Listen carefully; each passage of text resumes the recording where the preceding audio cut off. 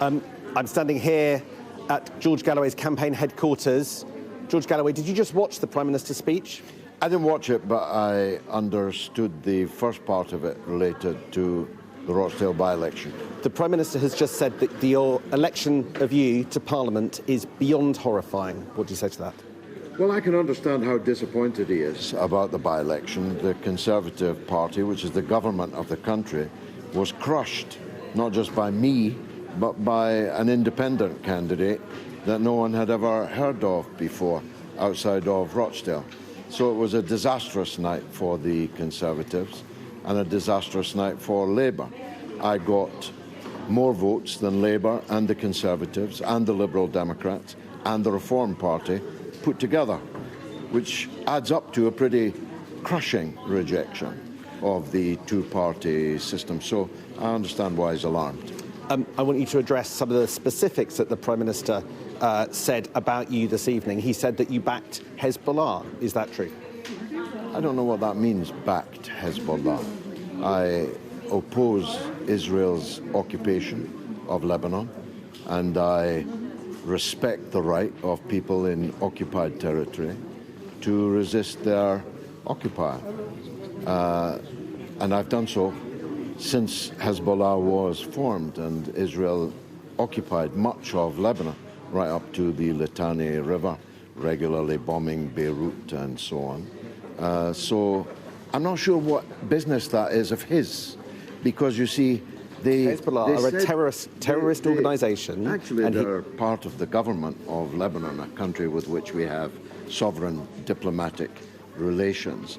I had this debate with Sky's Anna Botting in 2006. It's quite an epic clip. You should watch it. More than 100 million people have. They said all these things about me in the by-election.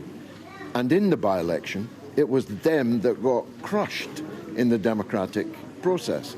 So I'm not sure why he would reheat it now. The Prime Minister is saying talk that as if this is God. We're talking about little Rishi Sunak in the fag end of his prime ministership. Don't talk to me as if he's come down from the mount with tablets of stone. The things that he says are somehow meant to awe me. They may awe you, they don't awe me. A lot of people have just watched what the Prime Minister said. This is your opportunity to respond to what he said. Well, he says that there are forces here at home trying to tear us apart. He is implying you are a divisive figure. You have run an election campaign that has tried to appeal, particularly, not entirely, to one section of the community. Who won the election? Me or Rishi Sunak? I've got the Democratic mandate here, not Rishi Sunak. He didn't even come second. He was lucky to come third. So don't put to me statements made by Rishi Sunak as if I'm supposed to be impressed by them. He don't impress me much. We at Sky have spent some time today on the streets of Rochdale, and there are people who say that they feel intimidated by people like you and the people that have supported you. I have just and they have pointed out that you have concentrated your campaign on foreign affairs, and they worry that Rochdale will not be the winner. That's my answer to you. I was just elected with a thumping majority by the electorate in Rochdale. That's all that matters to me. So why are there people in the streets of Rochdale today worried? Well, people voted yesterday, and they voted for me. Why is that difficult for you to grasp? Why are there people on the streets worried? There may be people who didn't vote for me who are worried, but the majority, the thumping majority, voted for me. I've got the mandate, and I'm going to the House of Commons with it. And it's a mandate, you think, to do what? Because there are people that listen to what you say about whether or not Israel has a right to exist, what you say about what many Jewish people think are threatening slogans. We had this conversation last night. Why are you reheating it? Because in the light of the Prime Minister's statement... Don't keep telling me about the Prime Minister as if he was Moses. Do you not respect the Prime Minister? Do I respect the Prime Minister? I despise the Prime Minister.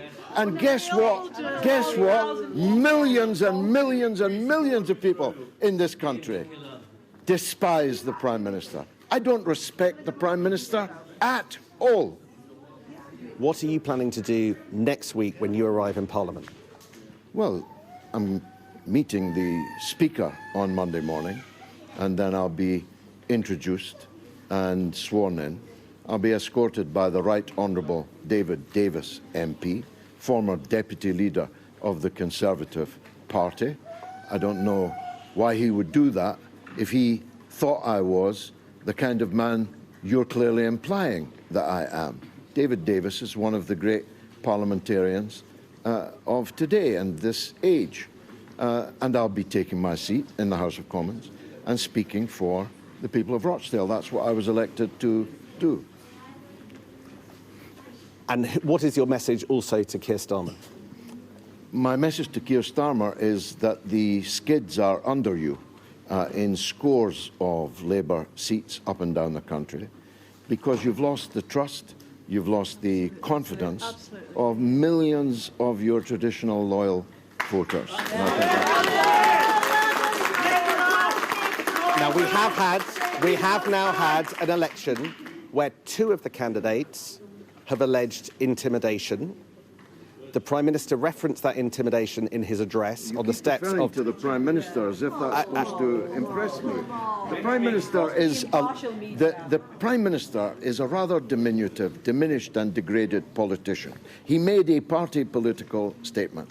I don't care about Rishi Sunak's attitude. What I care about is that the returning officer, a man of unimpeachable integrity, I'm sure you'll agree, declared it a free and fair election, and me as the winner, and Rishi Sunak as one of the crushed two big parties in the state. So why are two candidates? Keep repeating the same questions to me, because I have other people to talk to. So let's make this the last one, shall we? We've got a party to deal with. Allegations of intimidation, allegations that your supporters intimidated other candidates. What times you've said that? The returning officer declared it last night. You were there as a free and fair election, and me as the winner. And the Electoral Commission today have said that they're going to look and talk to the parties. You have to just suck it up. I won the election. George Galloway, thank you very much indeed.